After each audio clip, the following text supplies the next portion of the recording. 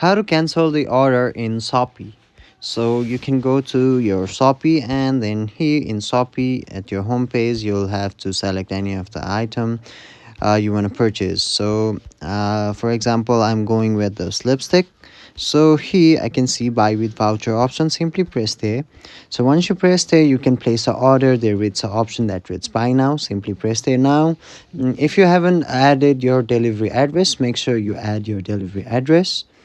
So once you add your delivery address, mm, you can see the order has been made, and you can go to directly towards your purchases section at your Shopee. In your purchases, you'll be able to find out the item you have purchased and select the item you want to cancel order. So make sure you do it as fast as possible, because if the time runs out, you won't be able to cancel it.